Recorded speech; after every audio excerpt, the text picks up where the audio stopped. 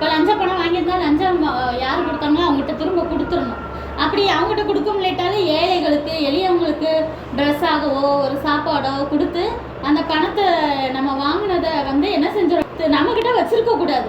சரியா? சாரி கேட்டுட்டு வச்சுக்கிட்டே இருந்தா அது அவங்க நினைக்கிறாங்க நம்ம தான் சாரி கேட்டோமே, தேவன் மன்னிச்சுட்டாரு, சாரி கேட்டால் மன்னிப்பார் தான், அதோட விட்டுற மாட்டார். நம்ம செயலில் எப்படி காட்டுறோங்கிறத பார்ப்பார். இப்போ குடிக்கிறவன் மனம் திரும்பிட்டேன்னு சொல்கிறான், ஆனால் அன்னைக்கு போய் சாயங்காலமே ஓடி போய் குடிக்கிறான், அவன் மனம் திரும்பிட்டான்னு அர்த்தமா?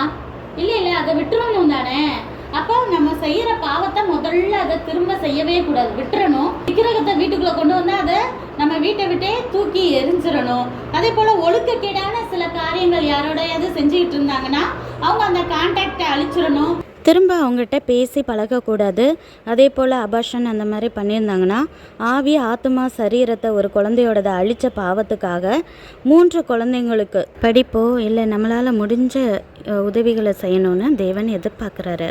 சினிமா சீரியலுக்கு அடிமையாக இருந்தால் அதை திரும்ப பார்க்காம நம்மளால் முடிஞ்ச ஸ்தோத்திரங்களை தினமும் ஏறெடுக்கலாம். அந்த அடையாளமே இல்லாத அளவுக்கு அந்த பாவத்தை விட்டாதான் தேவன் என்ன செய்வார், நம்மளை முழுசாக மன்னிப்பார். சரியா?